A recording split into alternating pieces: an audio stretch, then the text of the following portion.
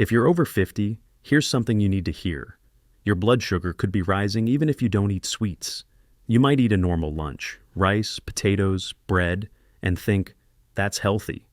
But an hour later, you feel tired, your legs feel heavy, you want to sit down or take a nap.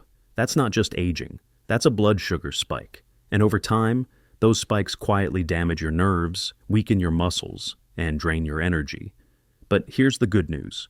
You don't need medicine, diets, or long workouts to fix it. You just need to move your muscles in a very specific way, for just a few minutes, after you eat. In fact, scientists insist doing 4 simple exercises that can cut blood sugar spikes in half. Even in older adults, they don't require any equipment, no gym, no jumping, just small, natural movements anyone can do. So, stay with me till the end, because once you learn these, you'll never look at movement after meals the same way again. Exercise number 1, calf raises, soleus push-ups.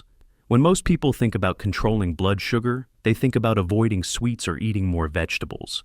But what if I told you that one of the most powerful tools for balancing your blood sugar isn't a food at all? It's a muscle, hidden right in your lower leg.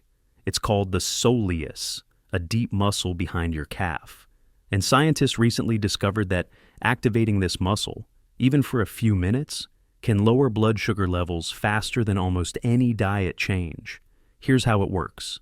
When you move your calf up and down, that soleus muscle contracts. Those contractions tell your body's energy factories, the mitochondria, to pull glucose directly out of your bloodstream and turn it into fuel. And here's the amazing part. This process happens without needing insulin. That means even if you're pre-diabetic, diabetic, or insulin resistant, your muscles can still soak up sugar naturally, just by moving. In one groundbreaking study from the University of Houston, participants who performed calf raises after meals saw their blood sugar spike drop by over 50%.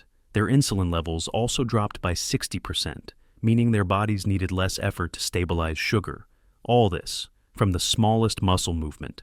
So, how do you do it?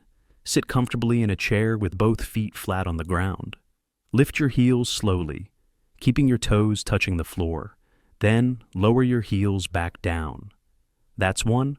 Do this for about 5 to 10 minutes after eating, or whenever you can during the day. You'll feel your calves working gently, like a soft pulse. You don't need to go fast. You don't need to sweat. What matters is consistency. Small movements that keep your muscles active. The best part? You can do this anywhere, while watching TV, at your desk, even while reading. No one will even notice, but your body will. It's simple, discreet, and incredibly effective. And for seniors, it's a game changer, improving circulation, reducing swelling, and helping balance sugar levels naturally. So the next time you finish a meal, instead of sitting still, give your calves a reason to move. You're not just exercising your legs, you're training your body to stay young, balanced, and in control. Exercise number 2, the 10-minute walk. If there's one movement that doctors around the world agree on, it's this. A short walk after eating is one of the simplest, most powerful things you can do for your health, and the science behind it is remarkable. Every time you eat, especially foods like rice, potatoes, bread, or even fruit, your blood sugar rises. For younger people, that rise is usually controlled by insulin. But after 50 or 60, your body doesn't use insulin as efficiently as it once did. That's why so many people feel tired or sluggish an hour or two after eating. But here's the good news. Your muscles can take over that job. When you walk, even slowly, your leg muscles act like natural glucose sponges. They pull sugar out of your blood and use it as energy. The more you move, the more sugar they absorb, without needing extra insulin. In a large 2023 review published in the Journal of Applied Physiology, researchers found that just 10 minutes of light walking after a meal lowered blood sugar by up to 22%, even in older adults with type 2 diabetes. That's enough to reduce fatigue, stabilize energy, and protect your heart. And you don't need fancy shoes or a treadmill. All it takes is getting up and moving, even around your home. So, here's how to do it effectively. About 30 to 90 minutes after your meal, when your blood sugar is peaking, stand up and start moving. Walk around your house, down the hallway, or even march in place while watching TV. You don't have to go fast. In fact, slow and steady is best. Keep your posture tall, breathe deeply, and let your body do what it was designed to do. Use movement as medicine. You'll notice the difference within days. Your digestion will feel smoother. You'll have fewer afternoon energy crashes. And over time, your blood sugar readings may start to look better than they have in years. The key isn't perfection, it's consistency. 10 minutes, 2 or 3 times a day, adds up to a lifetime of better circulation, stronger muscles, and steadier energy. So after your next meal, resist the urge to sit down. Instead, take a few slow steps, because those small walks aren't just burning sugar, they're building your future strength, one meal at a time. Before we continue, a quick note. If you've been trying to feel stronger, move better, or just get your energy back, we created something that can really help. It's called the 21-Day Age Reversal Blueprint. It's a step-by-step guide to help your body reset and start feeling years younger, naturally. You'll find the link below if you want to check it out later. Exercise number 3, mini squats. If you've been sitting for a while, this next one is going to change how your body feels and how it handles blood sugar. It's called the mini squat, or as some call it, the sit to stand. It's one of the most natural movements we do every day. But when done with purpose, it becomes one of the most powerful exercises for seniors. See, when you stand up from a chair, your thighs, hips, and core all engage at once. That activation turns on your largest muscles, including your quadriceps and glutes, the biggest glucose-burning engines in your body. And the more muscle you activate, the more sugar your body pulls from your bloodstream for energy. In fact, a study published in Diabetologia found that breaking up long periods of sitting with just a few squats every hour, improved blood sugar control more than a 30-minute walk done once a day. Why? Because every time you bend your knees, those large muscles fire up again, almost like switching your metabolism back on. So here's how to do it safely and effectively. Start by standing in front of a sturdy chair. Place your feet shoulder-width apart, hands lightly on the chair or a countertop for support. Now slowly bend your knees, lowering yourself just a few inches. You don't need to go all the way down. Keep your chest upright and your heels flat on the ground. Then, slowly, stand back up. That's one mini squat. Repeat this about 10 times, rest for a few seconds, and do a second set if you can. If you feel strong, you can do this once every 45 minutes or simply a few times after each meal.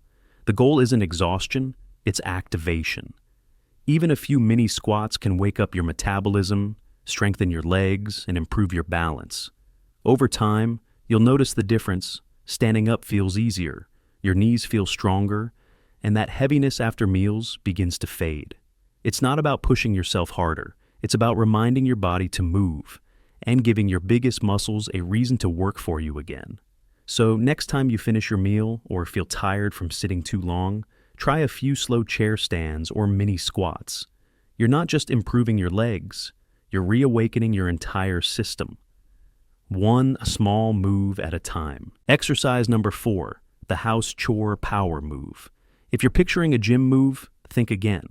This one's done with a vacuum, a laundry basket, or even by folding shirts.